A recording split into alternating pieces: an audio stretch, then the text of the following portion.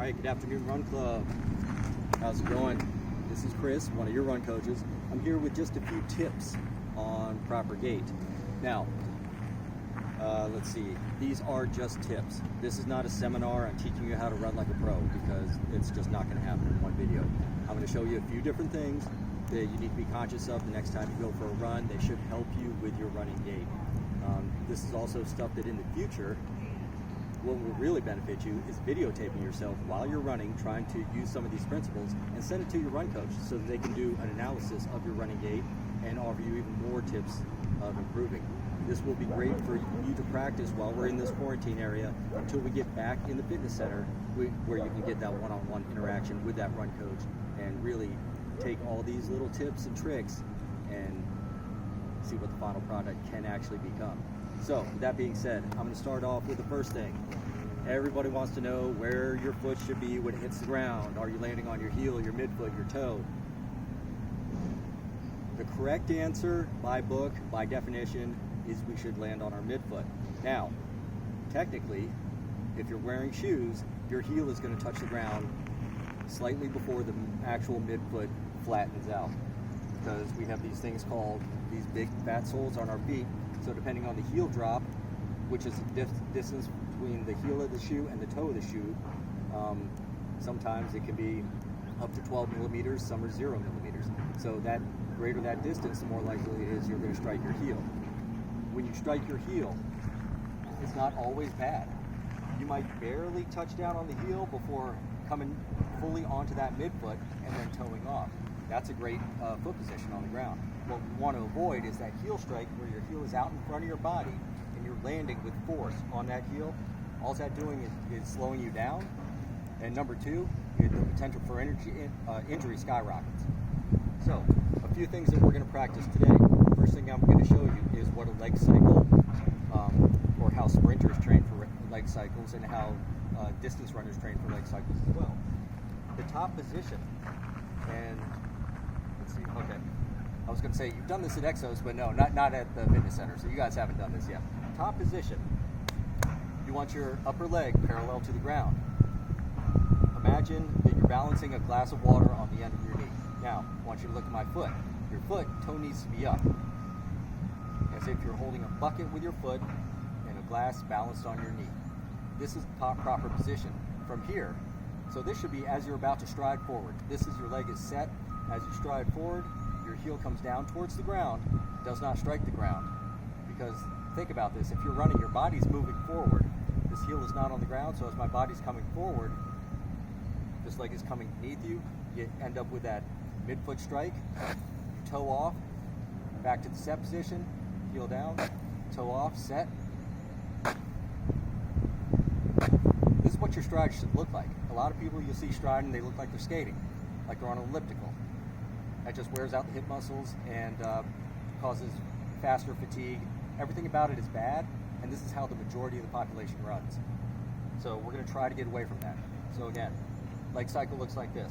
Top, heel, through, right back. Immediately back to this position, heel down, and then eventually you'll get fast at this. But the key is, I'm looking at my scrape marks here in the dirt. They're right beside my plant foot, so that means I'm scraping through my center of gravity. So how do we work on that? First thing we do, which you have done if you've been to my functionally fit class, is marches. Starting with the march, we want that midfoot strike on the march. Nice high knees, and then from marching, all this you have to do to start movement is lean forward. Everybody's heard the term probably that running is nothing more than controlled falling. It's actually true. When we lean forward, we have to get our feet catching up with our body, otherwise we will literally fall down. So as you're marching, I want you to lean forward slightly. Lean forward from the ankles, not from the waist. Lean forward slightly, and then maintain that midfoot strike all the way through. Once you're done doing that, turn it into an actual run. Very slow, controlled run, concentrating on those knees. Lean forward, keep running.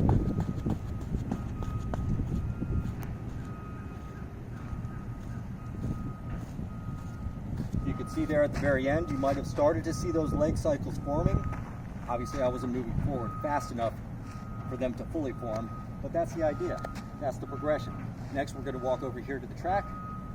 I'm going to show you the sliding, most common running gait, and then I'm going to show you what I use, the high knee gait or the leg cycle gait. So I will meet you over there.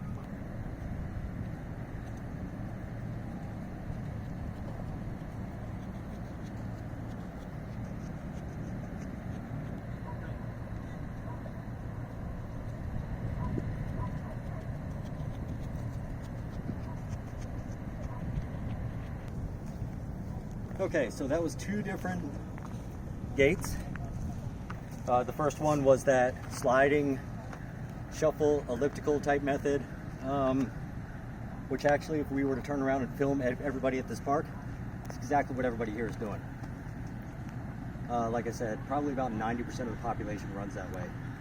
It's not inherently wrong. You're not necessarily going to hurt yourself unless you get that heel too far out in front of you. But the problem with is it's inefficient.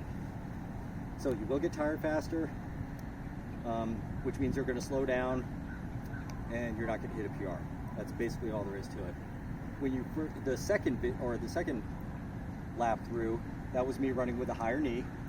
Now I wasn't sprinting, so I probably wasn't in a perfect 90-degree leg position throughout that entire thing, because that was more of my distance pace. But notice the knees from the second lap versus the first lap. You're going to see a huge difference in the knees. When you use that leg cycle method, at first it's going to seem more difficult. Once you get used to it, you're going to notice it becomes much more efficient. Your breathing becomes much easier to regulate, and you can go faster, farther, for longer. That's literally all there is to it.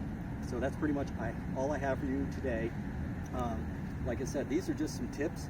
This is not going to make you a professional runner, but get with your run coaches, start taking those videos, keep us informed of what you're doing, so when we get back, you'll be farther ahead than you were when we left. That's all I have for you. So happy trails, and I'll talk to you soon.